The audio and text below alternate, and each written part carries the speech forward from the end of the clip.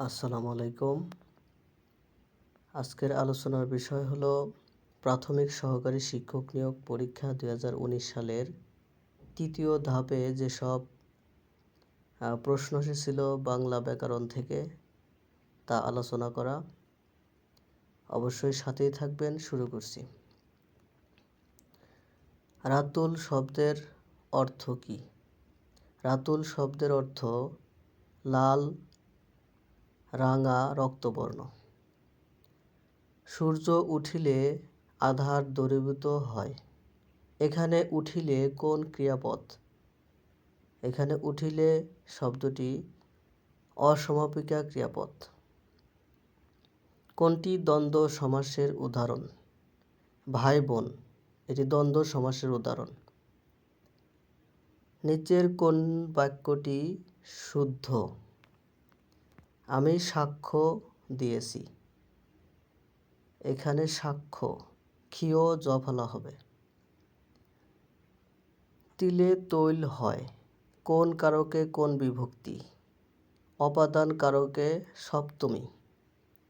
যা থেকে কিছু বিচ্যুত গ্রহিত, জাত বিরত, আরম্ভ, দূরীভূত ও রক্ষিত হয় এবং যা দেখে কেউ ভীত হয় তাকেই অপাদান কারক বলে। যেমন তিলে তৈল হয় পাপে বিরত হও।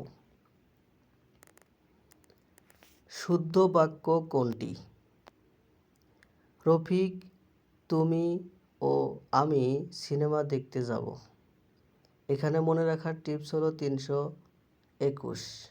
এই সিরিয়ালে আপনার বসাতে হবে। কোনগুলো ওষ্ঠ ধ্বনি? প, ফ, ব, ভ, ম। ওষ্ঠ ধ্বনিগুলো হলো প, ফ, ব, ভ, ম। দন্তধ্বনি হলো ত, থ, দ, ধ, দন্তান্ন। আর কণ্ঠধ্বনি ক, খ, গ, গ, ম। তালব্য ধ্বনি চ, ছ, ঝ, ঝ, ঞ। অর্থাৎ যে স্থান থেকে উচ্চারিত হবে সেই স্থান অনুসারে তাদের নাম হবে। পরাজয়ের শব্দটিতে কোন উপসর্গ ব্যবহৃত হয়েছে? পরা উপসর্গ ব্যবহৃত হয়েছে। পক্ষী শব্দের সংযুক্ত বর্ণ কোন কোন বর্ণ দিয়ে গঠিত? ক যোগ পেটকাটা স দিয়ে পক্ষী শব্দটি গঠিত। হ যোগ ম ভ্রম, যেমন আমরা ব্রাহ্মণ বলি এরকম। বর্গীয় জ যোগ ইয় জ্ঞান, গ হয়। ইয় যোগ জ সঞ্জয়, এরকম বলি আমরা। মৌলিক স্বরবর্ণটি কয়টি? মৌলিক স্বরবর্ণ কয়টি? মৌলিক স্বরবর্ণ হলো 7টি। কি কি? অ, আ, ই, উ, এ, ও এবং এ। যৌগিক স্বরধ্বনি জ্ঞাপক বর্ণ 2টি। ওই, ঔ। ওই এর ভিতর স্বর রস্বই আছে। আর ঔ এর ভিতর স্বর হস্য আছে। নাসিক্য বর্ণ 5টি। ওম, ইয়, মধ্যাহ্ন, ন, ম। উষ্ম বর্ণ 4টি। তালবস্য, পেটকার স, দন্ত্যাস, হ। পার্শ্বিক বর্ণ ল 1টি। পরাশ্রয়ী বর্ণ 3টি। অনেকস্বর, বিসর্গর, চন্দ্রবিন্দু। নীলিন বা বিলীন বর্ণ 1টি, অ। এই ব্যাখ্যাগুলো ভালো করে দেখে নেবেন, তাহলে ব্যাখ্যা থেকেও আপনার প্রশ্ন হয়ে থাকে। শিশুগণ দেয় মন নিজ নিজ পাঠে। বাক্যে পাঠে শব্দটি কোন কারকে কোন বিভক্তি?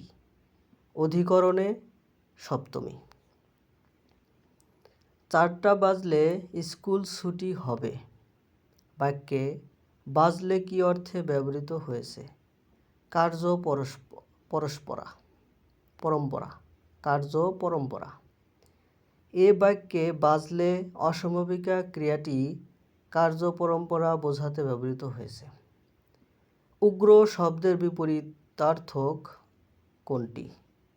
মানে উগ্র শব্দের বিপরীতার্থক শব্দ কোনটি? সৌম্য। আরও বিপরীত শব্দ যেমন উগ্র, সৌম্য, চপল, অচপল, বিজ্ঞ, অজ্ঞ, বিজ্ঞ। সর্বজন এর বিশেষণ কি? সর্বজন এর বিশেষণ সর্বজনীন। কোনটি যৌগিক বাক্য? এখানে হবে যদি তুমি আমার বাড়িতে আসো আমি খুশি হব। গ নাম্বারটা হবে যৌগিক বাক্য। এখানে তুমি আমার বাড়িতে এসো এবং আমি খুশি হব, এই দুটি স্বাধীন বাক্য যা একটি কমা দিয়ে যুক্ত হয়েছে। খ নাম্বার হবে তুমি আমার বাড়িতে এসো আমি খুশি হব, এটা যৌগিক বাক্য। যৌগিক বাক্য বলতে বোঝায় কম্পাউন্ড সেন্টেন্স। যেমন সত্য কথা বলিনি তাই বিপদে পড়েছি। যৌগিক বাক্য দুটি স্বাধীন বাক্য হবে। জটিল বা মিশ্র বাক্য একটি স্বাধীন একটি পরাধীন বাক্য হবে। আর সরল বাক্য এখানে একটি মাত্র সমাপিকা ক্রিয়া থাকে। বাক্যে একের পর অন্য পদ শোনার ইচ্ছাকে কি বলে? আকাঙ্ক্ষা বলে।